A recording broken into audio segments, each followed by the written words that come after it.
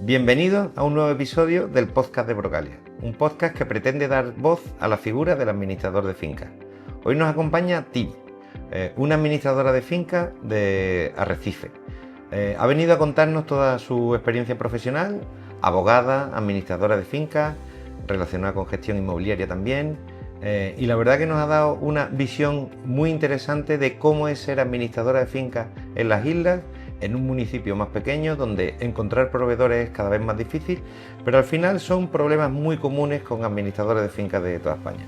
Un programa creo que muy interesante.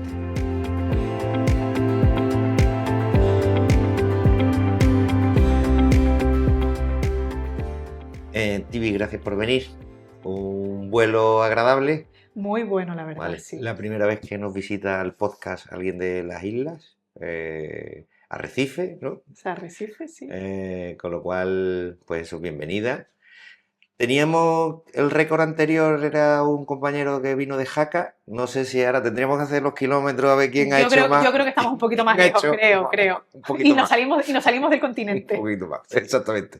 También. Pero bueno, pues bienvenida, pero seguro Muchas que los problemas como administradora de finca allí van a ser los mismos que los que vino de Jaca. Los mismos. Eso es seguro. Eso no cambia. Eso no cambia. Eso no cambia. Ahora nos meteremos un poquito más a fondo. Mis compis ahora me hacen una ficha de la persona que viene. Esto se está poniendo serio. Es un podcast ya que hacemos una investigación sobre el invitado. Juli, abogada, administradora de fincas, gestora de inmuebles. Y corredora de seguro. También. Hay que ver. Entonces hablaremos. Estás como en casa. Sí. Es una corredora de seguro trabajando con Brocalia. ¿Qué fue primero? O sea, ¿la abogacía, la administración de fincas? Pues no, primero fue la abogacía. Bueno, primero fue el seguro en realidad, porque viene de un tema familiar. Mi padre ha sido agente de seguros desde muy joven y tenía varias carteras con distintas compañías, entonces desde muy jovencita echaba una mano. Entonces, pero bueno, luego vino la abogacía y luego la administración de fincas me vino por mi mejor amiga. Con el tema del inicio en el mundo laboral y sobre todo mi cambio de ciudad, de haber estudiado y vivido en Madrid a volver de vuelta a casa. Y bueno, fue una opción que me gustó, me llamó la atención y sobre todo porque yo soy muy curiosa y me aburro siempre de hacer lo mismo. Y al final, pues mira, la administración de fincas, tocas muchos temas, tocas muchos palos y tienes para entretenerte y para divertirte. ¿Qué tal los años en Madrid? Muy bueno. ¿Te afició mucho Madrid o no? O sea, no, vuelve. No, a mí no. Disfrutaste sí. de Madrid. Yo le saqué mucho jugo y sí. Hay oportunidades allí, ¿sabes? Sí. Otra historia. Yo soy de las que opino que hay que conocer y crecer para luego también valorar lo que tienes y sacarle lo positivo a todo. Y Madrid, efectivamente, o sea, al final una gran ciudad, pues tienes un montón de alternativas y de opciones. Vale, nos cuentas que viene de familia vinculada, es decir, al final, segunda generación, sí. Da un poco el inicio de la profesión. Desde pequeñita, pues creces en ese mundo y al final, pues te terminas o bien enamorando o bien guiando. No fue una guía, porque en realidad a mí nunca me impusieron nada, pero creces con ello y le encuentras lo bonito y lo que puedes hacer y lo que aprendes y al final, pues bueno, pues el mundo del seguro, mi madre también asesora laboral y al final acabé en el mundo del derecho. Pero en la trata de tu tiempo dedicado del día a día, la administración de finca... Es la mayor, ahora mismo es la mayor. O sea que en esa elección profesional que tú tenías seguro, más tema inmobiliario y administración de finca... La administración de finca ganó porque, el concurso. Sí, el crecimiento fue progresivo, pero siempre hacia arriba. Nos gusta preguntar ese inicio, esa primera comunidad, cómo llega y cómo llegan las siguientes. Pues yo he de agradecer, o sea, y siempre lo digo y lo diré, a mis padres, ¿vale? A mi familia. Siempre me han abierto las puertas. Yo vengo de un sitio pequeño, donde, bueno, a mis padres a nivel profesional pues eran conocidos, era también mucho más pequeña la isla y se conocían mucho. Y lo típico, oye, que mi hija está empezando y abocaron por mí y me apoyaron. Entonces, mi primera comunidad, que recuerdo que me temblaba la voz aquella primera vez que me pongo delante de gente que no conocía de nada y con temas que eran nuevos, pues bueno, me vino de la mano de mi padre, de un cliente de mi padre y era un constructor bastante importante en la isla. Y empezó con una comunidad chiquitita y me dijo, venga tía, te doy la oportunidad. Y así empecé. Se portaron bien los vecinos ese día. Sí. No había No era nueva, listo, era no una había nueva listo. creación, era una obra nueva. Es verdad Vale. que yo también he de decir que yo empecé todo con obras nuevas. Entonces no empecé con comunidades viciadas de ya gente de mal ambiente, de venir ya muy quemados y maleados. Viniera de otro administrador. Efectivamente, sí. Entonces quizás eso también me hizo más fácil el que yo fuera rodando y fuera haciendo tablas en el mundo de la administración. ¿Tu metodología de trabajo ha ido cambiando? Bueno, ahora con más de 5 comunidades que administráis, un equipo más grande. Hombre, pues sí. ¿Cómo te fuiste adaptando porque, bueno, sería gradualmente, pero tienes que empezar a cambiar cosas, ¿no? Dentro de... Lo que más me costó fue delegar. Sí. Sí, porque yo, claro, empiezas de cero y empiezas sola y llevas tú todo. Claro. Desde las llamadas, desde la contabilidad, desde la gestión, desde los siniestros, todo lo gestionas tú. Y cuando empiezas a crecer, evidentemente ya te planteas que tienes que contratar a alguien. Siempre empiezas con, sobre todo, la parte más administrativa, de organización, de archivo, la atención telefónica, y tienes que empezar a delegar. Y eso es lo que quizás a mí, por lo menos, personalmente me costó muchísimo. Porque lo tienes todo tú de tu mano, tú conoces al cliente, estás acostumbrado a tratar tú con él, y cuando ya aparece una tercera persona, siempre surge ese miedo de, bueno, y no lo estropeara, claro. Y todo este trabajo que llevo yo de años y el trato con el cliente, porque soy el vecino quiere hablar con el administrador. Efectivamente. Y en mi caso, por suerte o por desgracia, sigue siendo todavía a día de hoy muy así, que hay gente, hay un perfil que siempre va a querer hablar, porque también es cierto que soy de las que creo que al final la figura del administrador, tú te haces al cliente, ¿vale? Está acostumbrado a tratar contigo, porque tú eres el que le resuelve. Bueno, el que le resuelve o el que no le resuelve, pero eres tú. Al final tu equipo, si no lo involucras desde el principio, que quizás ha sido un poco la evolución en el desarrollo y en el crecimiento de intentar enseñar también y reeducar a la gente y decirle, oye, mira, sí, yo soy la administradora y yo estoy aquí y para lo que necesites voy a estar, pero no nos podemos dividir. Claro, no nos podemos dividir en 50. Es más eficiente incluso. No me llame a mí para que yo llame a él, para que yo... Efectivamente. O sea, si sectorizamos y dividimos el trabajo, oye, pues va a ir más rápido que tú el siniestro lo dejes aquí. Y cuando haya un problema gordo de verdad que tú creas que se encone, ahí estoy yo. Y eso cuesta, pero bueno, al final, pues bueno, con los años vas saliendo y vas probando también. Por eso, muchos compañeros tuyos he escuchado distintas organizaciones en los despachos. Hay gente que tienen gestores de cuentas, que lo llevas todo de este grupo de comunidades. Yo no. Otro es departamental. Contabilidad, siniestro... Yo soy más departamental. Sí, más la parte de siniestro, más la parte de contabilidad y sí. Sí, porque además tampoco somos un despacho enorme. Entonces al final uno se va de vacaciones, uno se pone enfermo y necesitas un poco que los demás compañeros sepan algo, porque si no el despacho se queda cojo, que es una de las situaciones más problemáticas a lo mejor en despachitos más pequeños como el nuestro, que dices, oye, en cuanto me falla uno, se nota el estrés, el volumen, la sobrecarga de trabajo. Entonces si no podemos permitirnos tenerlo tan sectorizado o tan especializado, que también tiene su parte buena, porque el que lleva siniestros controla perfectamente. Y probablemente a lo mejor no haya ningún error o los errores sean mínimos, que cuando no te puedes permitir esa profesionalización tan concreta y exacta, que bueno, un despacho como el nuestro no es viable. Hablaremos, bueno, vosotros, relación con proveedores continuos en un sitio como la isla, que debe ser hasta más complicado, ¿no? Encontrar buenos profesionales y ahí... Y en la parte de incidencia, fundamentalmente, sean de siniestro o no, porque muchas veces tienen cobertura por la compañía te puede dar, pero si no, ¿cómo es esa búsqueda del profesional? ¿Tenéis...? Es complicado, evidentemente ya con los años tienes un cierto equipo de colaboradores externos, ¿vale?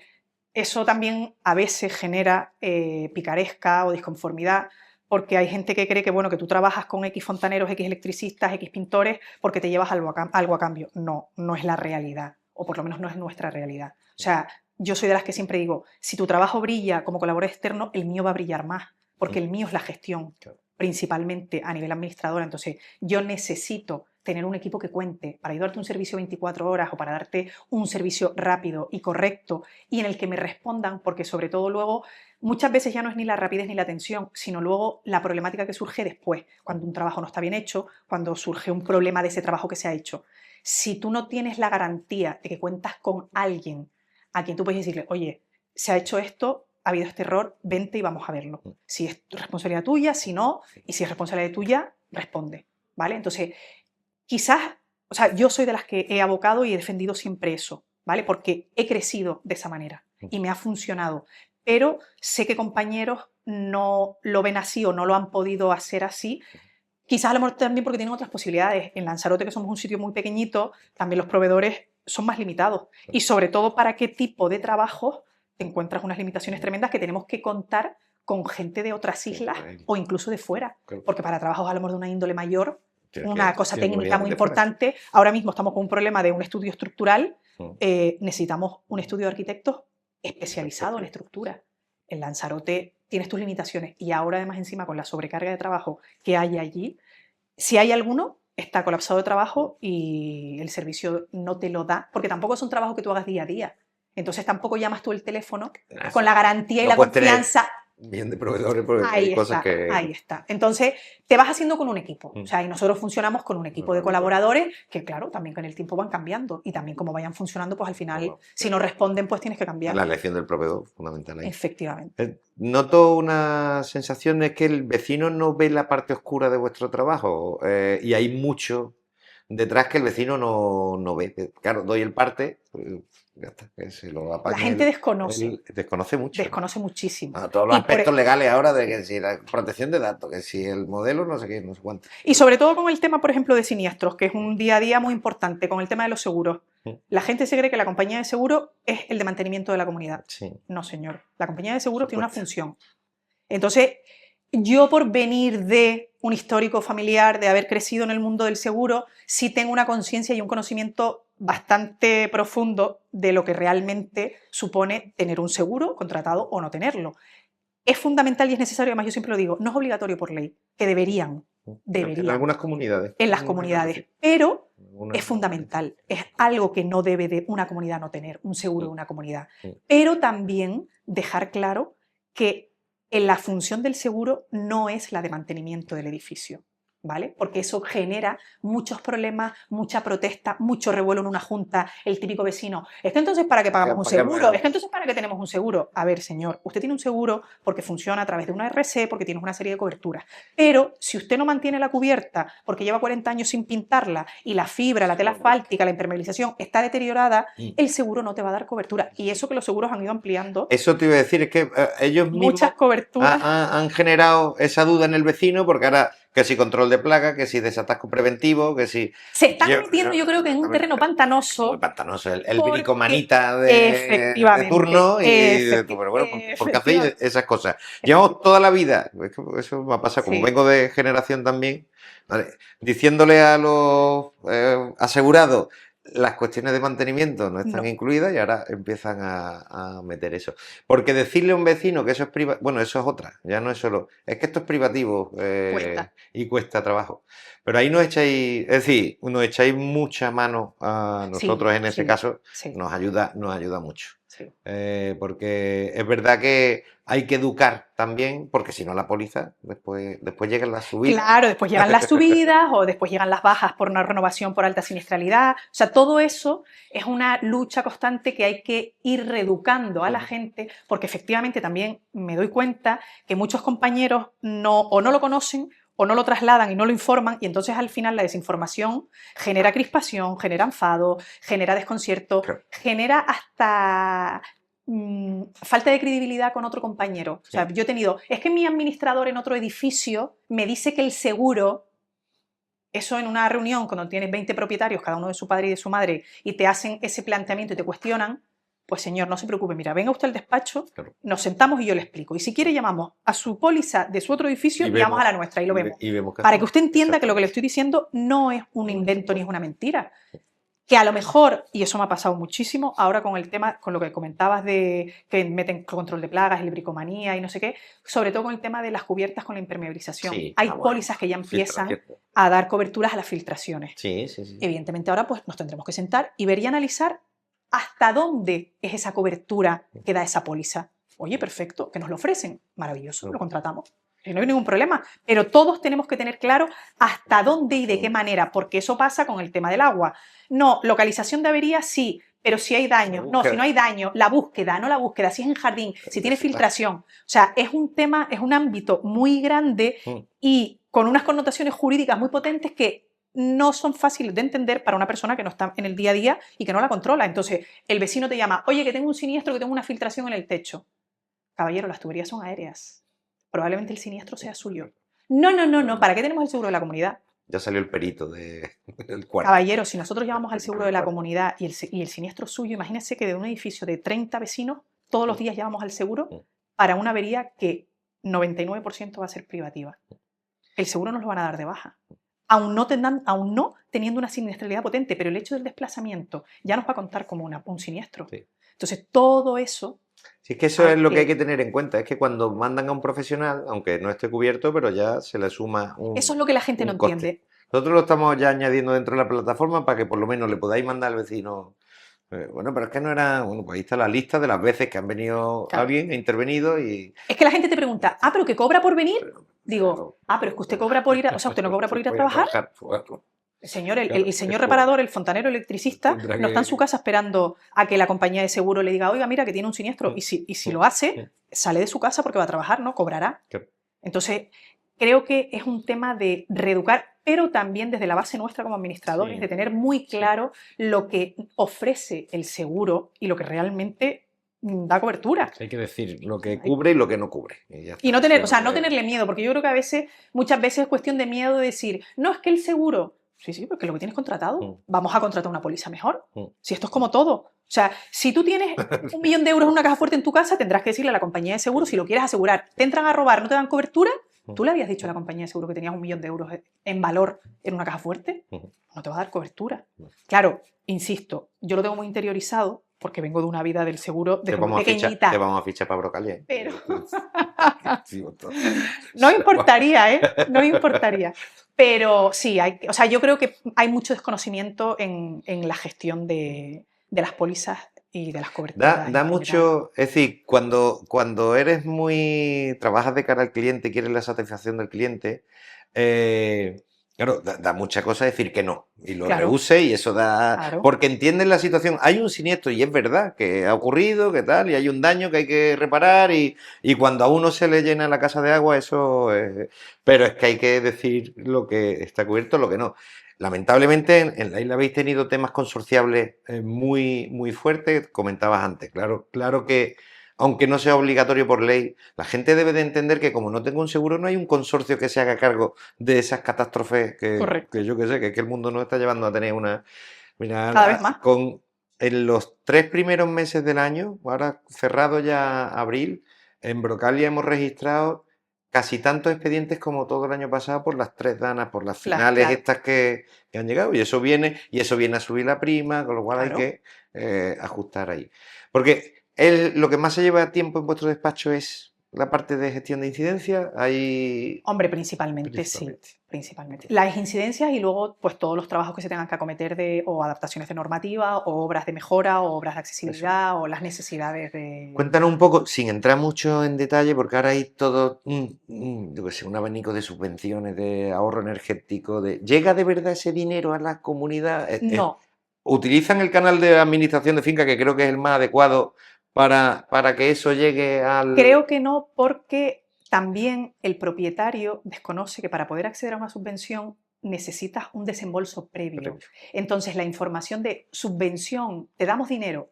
Sí, te damos dinero, pero tú primero tienes que ejecutar y preparar. Claro. Entonces, todo lo que, sobre todo la parte técnica que te lleva para que luego te den ese dinero, la gente no quiere gastarse el dinero. O sea, esa mentalidad de, oye, yo voy a invertir para luego recuperar. No, es a mí que me den, y si acaso, si luego yo tengo que poner algo, vale, pero primero que me den, y no es así. ¿Pero derrama primero? No. No, las derramas siempre son no. O sea, las derramas siempre Cuando tienes que llegar a la reunión pidiendo una derrama, esa como... O sea, ya la tienes preparada. Bueno, yo ya lo tengo interiorizado. Ya avisado de antes. Sí, al final los años te dan tablas y ya lo tienes interiorizado y les terminas diciendo, mire, señores, el edificio es de ustedes, y yo hay una frase que uso mucho. Sí, yo hay una frase que uso mucho y digo, la probabilidad de que a mí me pille un accidente aquí Probablemente una vez al año, 2 veces al año. Bueno, aunque yo soy de las que visito bastante los edificios, pero bueno, es muy poquita. Pero que a familiares suyos, a hijos suyos, a ustedes mismos es mayor. Entonces ustedes verán. O sea, yo sí que con los años ya he intentado, antes me lo interiorizaba mucho y me lo llevaba mucho a casa. Y ya he intentado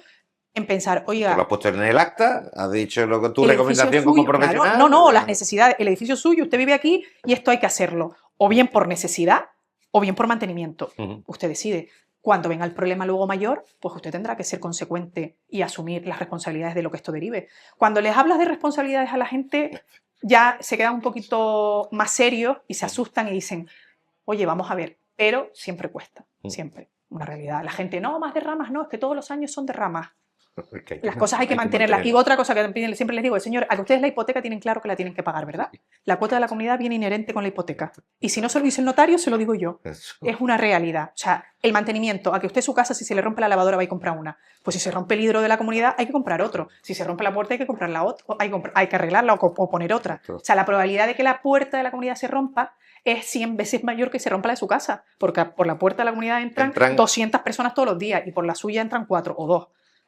Entonces, al final, hay que educar muchísimo a la gente. Y sobre todo, en Lanzarote, hasta hace relativamente poco, había muy pocos edificios en división horizontal, en vertical, porque es una isla pequeña, la mayoría de la gente está acostumbrada a vivir en campos, en casas pequeñitas, terreras. Entonces, el boom y el crecimiento, que evidentemente ya se ha construido muchísimo en vertical, pues ha costado y sigue costando la mentalidad de, señor, usted compra una casa en un edificio y tiene que mantener su casa más el edificio.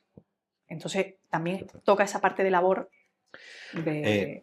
no sé si abrir el melón de honorarios, porque claro, esto va en conjunto, porque además el vecino quiere pagar lo menos posible. Esto me tiene que salir gratis casi, ¿no? De esto. Sí.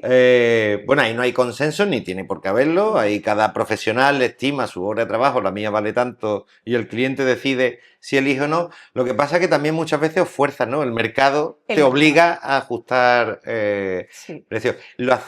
O sea, ¿tienes tarifas fijas dependiendo de si la comunidad es más grande, más pequeña? Nosotros no. Y de hace unos años en adelante, menos todavía. O sea, no hacemos un proyecto personalizado. Sí. De hecho, no damos ningún presupuesto. Me consta que por lo menos en nuestra zona no lo hace prácticamente nadie, pero nosotros ya hace muchos años no damos un presupuesto por precio, sino solicitamos documentación previa, analizamos el estado de la morosidad, el estado de incidencia, hacemos una visita al edificio para ver visualmente cómo está, lo que está adaptado, lo que no está adaptado, las adaptaciones a lo mejor que no han hecho, que ya tenían que haberse hecho hace años, y en base a eso valoramos el trabajo que nos va a suponer y entonces pasamos presupuesto. Y siempre lo decimos, si vienes a nuestro despacho buscando precio de competencia, no es tu sitio. No. Y he de decir que al final nuestro trabajo luce más. Sí. Es más satisfactorio, primero porque trabajas mucho más a gusto, porque crees que tu trabajo está valorado, y segundo, los propietarios valoran lo que has sido capaz de resolver en un periodo de tiempo que a lo mejor llevaban muchos años enconados que no lo resolvían.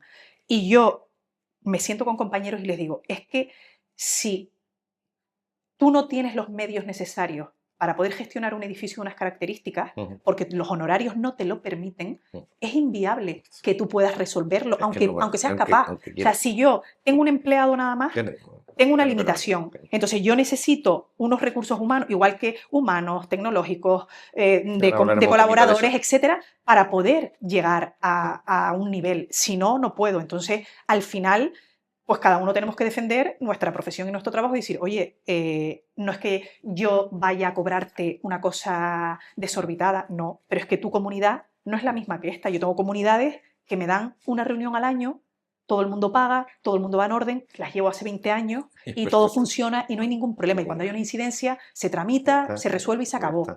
A una comunidad que me requiere reuniones semanales, presupuestos para hacer unas derramas brutales, adaptaciones increíbles que no se han hecho, o sea, de trabajos que no se han hecho, documentación de protección de datos, de altas en la Agencia de Protección de Datos, de certificaciones electrónicas, etcétera, etcétera, etcétera, que dices, oye, a mí ahora me va a requerir esto un trabajo y una dedicación mucho mayor que otra que llevo funcionando. Igual que si es una comunidad nueva, que yo veo el histórico y veo el funcionamiento y viene perfecta, tampoco vamos a cobrar un exceso de más porque yo cobre a otra más. No, o sea, cada una intentamos, nos podemos equivocar, pero también los años te van un poco colocando. Profesionalizar. Y el mercado, tú sabes más o menos también lo que tienes en la competencia. Entonces dices, bueno, pues si por esta que me va a dar este trabajo estoy cobrando esta, pues a esta que va a ser un sota caballo rey, pues le puedo cobrar menos y te interesa aceptarla. Porque además hay cosas que las hacen, pues yo que sé, que tengan más jardines, menos jardines, todo ese tipo, la piscina, la no piscina. ¿Cómo lleváis la zona apartamento turístico? Pues una polémica importante. Cada vez más cajitas de estas con los numeritos. Sí, pero sobre todo porque la normativa ha cambiado tanto y está tan en el aire que genera mucha incertidumbre. Evidentemente nosotros somos territorio total del alquiler vacacional, muchísima inversión extranjera, ya entra en juego extranjero, otra manera de ver la vida y de ver las cosas y otros intereses sobre todo. Y luego, efectivamente, la convivencia del residencial con el vacacional. O sea, ahí hay un conflicto que hay que gestionar y que hay zonas, por ejemplo, complejos de apartamentos que están en zonas turísticas, que entiendo que sí pueden convivir una parte residencial con una turística, pero luego zonas, por ejemplo, como puede ser Arrecife, Ciudad, que entiendo que es muy complicado la convivencia de un turístico con un residencial. Por cierto, multidioma tendré que ser, ¿no? Porque sí. Tenemos personal, sí. Vamos aprendiendo poco a poco, sí. Multidiomas y multipsicología. ¿Y cómo es un vecino inglés o alemán? ¿Son iguales? Total, no. No tiene que ver. Nada que ver. Nada que ver. De hecho, bueno, lo del tema económico tienes de todos los perfiles también.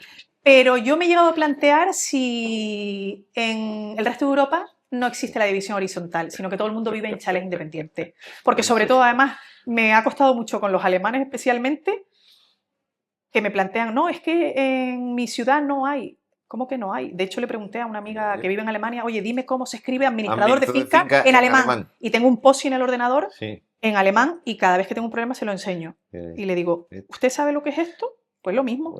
Y en Alemania existe. O sea, ya tengo la certeza de que en Alemania existe la figura del administrador también. Entonces, bueno, al final, Lidia, es otra manera de entender la vida y la convivencia. Y yo personalmente sí veo mucha diferencia del latino al europeo. Sí. Le damos importancia a cosas totalmente diferentes. Ellos, por ejemplo, la parte estética y vista es muy importante. Quizás la interior, menos. Y el español, el canario, nos preocupa más que nuestra casa esté bien, que las zonas comunes estén bien. Sí. Entonces, ahí sí, y no veo que haya diferencia, que haya cambio en ese sentido. Sí, y genera, sobre todo en comunidades donde efectivamente hay mitad y mitad, o hay parte de extranjeros y parte más de españoles, sí ves las prioridades, y de hecho no salen a lo mejor acuerdos, porque está totalmente dividida una comunidad. O sea, vamos a invertir dinero en la iluminación del jardín. Los españoles te dicen que no. Y los europeos te dicen que sí.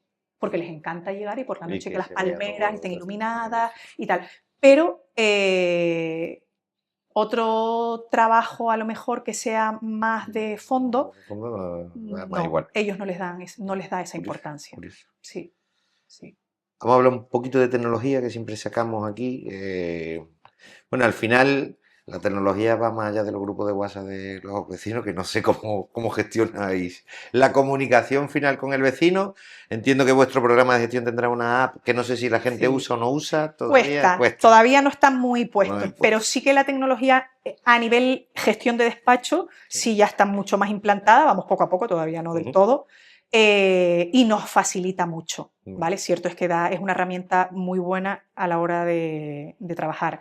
Con la gestión directa con el propietario todavía hay mucho perfil de gente mayor. Es verdad que también hay mucha gente joven que sí, que lo primero que te piden es la app, las claves y todo te lo comunican. Y funciona muy bien, ¿vale? Porque llega la incidencia al despacho, se tramita mucho más rápido, filtras llamadas, que al final es tiempo, porque la llamada no es, oye, mira, que te llamo que hay un siniestro y se acabó. No. Oye, que no sé qué, y el vecino, y ya te cuento porque el otro. Entonces, al final, una comunicación de una incidencia que es 1 minuto, si es una llamada, son 20 o 15. Entonces, para eso es buenísima. Pero con el perfil todavía de gente mayor y mucho extranjero, aunque las apps también están en idiomas, o sea, que quieras que no, eso también está muy avanzado. Pero bueno, básicamente lo notamos en las edades. O sea, el perfil de gente mayor... Irá subiendo, está claro. Eso es una adopción natural que llegará. Sí, yo creo que dentro de temprano, unos años, cuando ya las generaciones temprano. más mayores no estén o ya no estén en la gestión, sino que vengan las nuevas generaciones que ya hemos crecido y nos hemos adaptado, pues sí que funcionará seguramente muy bien y al 100%. Ahora, de momento, no te diría ni que el 50%, mucho menos. O sea, la utilidad cara al propietario todavía es bastante escasa. Funciona más el teléfono o el correo electrónico o el WhatsApp. El WhatsApp sí, que es bastante peligroso. ¿Es una profesión que se lleva regular con la conciliación? Tener vida siendo fuera de la administración de finca. Te absorbe mucho, sí es verdad que absorbe mucho. Pero bueno, también es, depende cómo te lo tomes. Pero cierto es que tiene una absorción muy grande, sí. Porque la gente tampoco entiende, o sea, el comunero se cree que tú estás 24/7. horas. Sí, se cree. Y se cree que, o sea, tú como administrador, el fontanero, el electricista y el pintor y el que sea. O sea, ellos se creen que tienen un servicio 24 horas, que yo siempre digo, oye, que todo es cuestión de hablarlo y negociarlo. Si gestionamos, si ponemos en los honorarios un servicio de 24 horas, se habla y es cuestión de verlo, pero no es la realidad. O sea, por lo menos nosotros no tenemos una gestión de 24 horas, entonces cuesta, porque además siempre los sábados, los domingos, los festivos y fuera de horario es cuando suceden la mayoría de las cosas. O sea, se rompe la tubería, el hidro deja de funcionar. Sí, claro. ¿Tenéis 24? O sea, ¿tendréis algún teléfono? Sí, sí. La app está 24 horas y mi teléfono está 24/7 también. Bueno, sean respetuosos también sí, con la llamada. Tratamos, o sea, y yo trato de decirles, señores, ustedes saben que yo estoy operativa, pero tengan en cuenta, o sea, sepan ustedes filtrar, darles esa potestad de decir, ¿crees que realmente es una urgencia? Porque si es una urgencia yo voy a estar.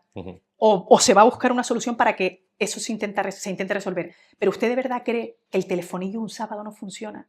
¿Y cree que es una incidencia urgente? Sí. Pero porque parto de la base de, primero, porque no es, y segundo, ¿usted cree que si yo llamo a un técnico a que vaya el sábado a arreglar el telefonillo, la factura luego no le va a parecer desproporcionada? Y luego en la junta usted me va a decir... Claro, urgencia, y luego usted me va a decir que cómo nos gastamos 150 euros, 200. Sí, porque a los 6 meses que esté ya la reunión se ha olvidado de que aquella factura, de que pasó y de qué tal. Y porque al final usted le da esa importancia, pero 20 vecinos más no.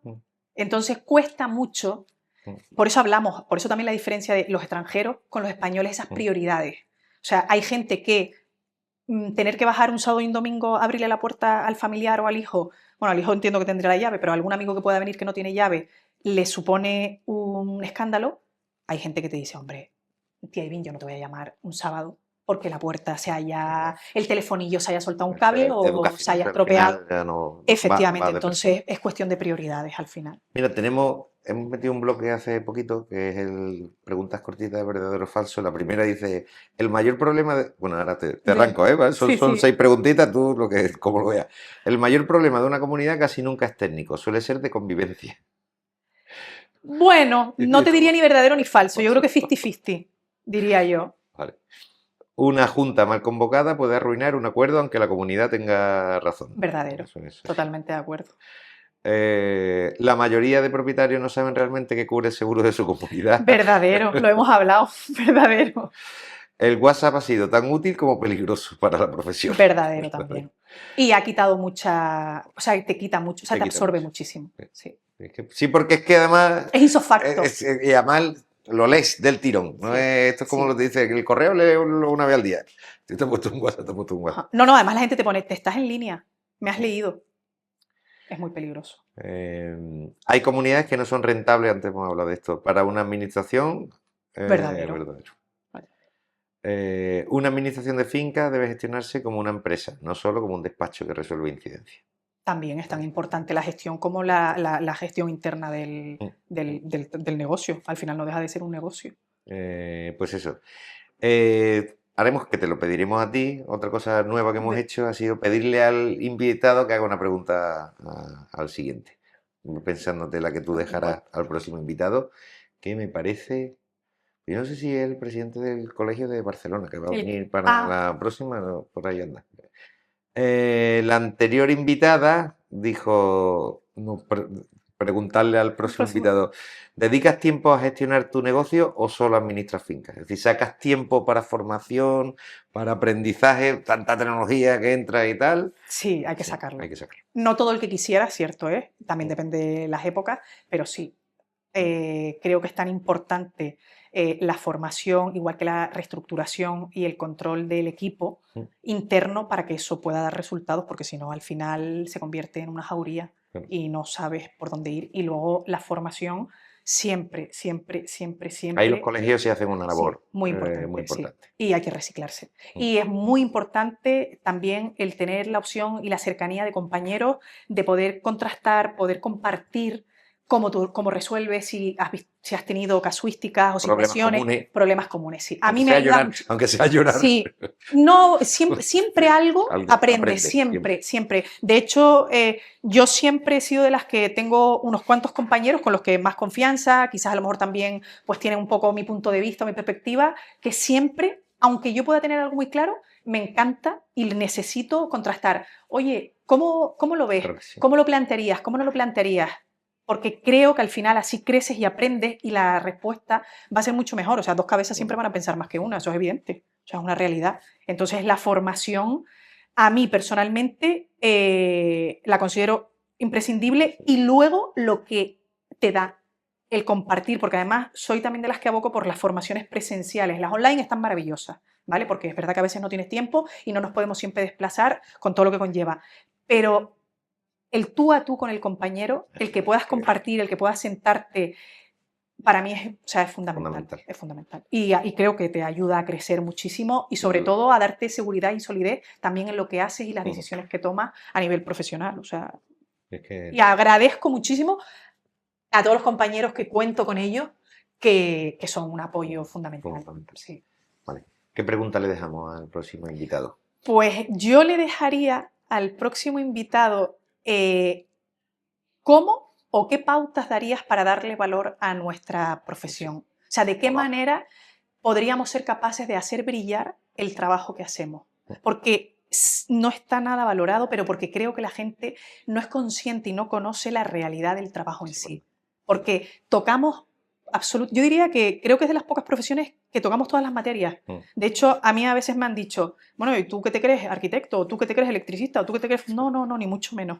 Pero también te digo una cosa, son ya tantos años en contacto con fontaneros, con electricistas, con arquitectos, con ingenieros, que al final aprendes. No que yo sepa, evidentemente no soy técnica ni mucho menos, pero aprendes cosas. Claro que sí. Entonces vas creciendo y vas siendo capaz de filtrar muchos problemas y llevarlos al sitio donde tienen que ir realmente y no perder tiempo, como en un siniestro. O sea, en un siniestro cuando tú no eres capaz de resolver, se encona y un siniestro que a lo mejor se podía haber resuelto en 3 días, tardas un mes. Y eso genera una de problemas bestiales, descontentos, enfados, amenazas. O sea, yo he recibido amenazas, es que voy a llamar, bueno, llame usted y usted haga lo que usted quiera.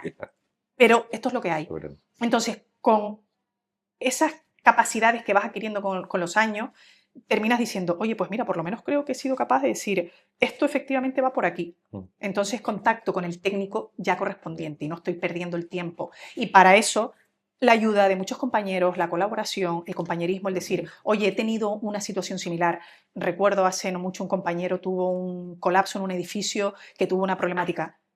Pues te llama, te dice, y a ti si te sucede algo parecido, oye, voy a llamar a este compañero y le voy a decir, oye, ¿qué hiciste? ¿Con quién contactaste? ¿Cómo lo pudiste resolver? Pues mira, bomberos, policía, y te encamina. Si te pasa una segunda vez, ya lo aprendiste de la primera. Entonces, ¿de qué manera podríamos ser capaces entre todos de hacer brillar la figura del administrador, que creo que está muy manchada? Le va a dar para un podcast entero. Ojalá. Da mucho. Yo sería feliz que alguien sea capaz de, o entre varios, decir, oye, sí, vamos a darle valor, porque además siempre, normalmente nos marca más la parte... Nosotros conocemos de cerca y sabemos. Y por eso este podcast tiene esa labor divulgativa de la figura del administrador de fincas. Arrancamos así, diciendo que os tienen que conocer más. Sí. Así que, bueno. Y sobre todo la cercanía, o sea, al final estás en el día a día con mucha gente. Ahora tenemos previsto a través del colegio una colaboración con el Cabildo y con el Gobierno de Canarias con el tema de más grifo, menos plástico a nivel Canarias, porque en Canarias tenemos, por educación y por cultura, el agua del grifo no se consume. Y se hace un trabajo, se hace un control y un seguimiento que el agua es perfectamente consumible, potable, es buena. Incluso llegan a decir que hasta muchas mejores que embotelladas. Y reunida con uno de los responsables para preparar un poco esa intervención, él me decía, es que quiero que sean ustedes, porque creo que es la figura que tiene ese contacto directo con el ciudadano de a pie. Y es una realidad, o sea, al final es como una intermediación entre la administración, la gestión de algo importante, con el ciudadano de a pie, que somos todos, que lo desconocemos. Y una de las maneras más fáciles y más sencillas es cuando a ti el administrador o bien te manda o bien te reúne en una reunión te lo comenta o te manda una circular y te dice, oye, mira, que efectivamente esto está más que comprobado y está, o sea, se puede hacer. Y lo vas divulgando, lo vas divulgando, lo vas divulgando y al final puede que vaya calando. No va a calar siempre 100%, pero sí que es una labor. Y quizás a lo mejor por eso digo que si el próximo que venga es capaz de hacer brillar la profesión, pues yo me uno a él y podemos trabajar en ello para poder darle mayor visión de lo que realmente se hace. Tibi, un placer. Encantada. He aprendido mucho otra vez. Yo con ustedes también. He aprendido muchísimo. Y muchísimas gracias. A ustedes por invitarme. Brocalia, comunidades seguras, administradores tranquilos.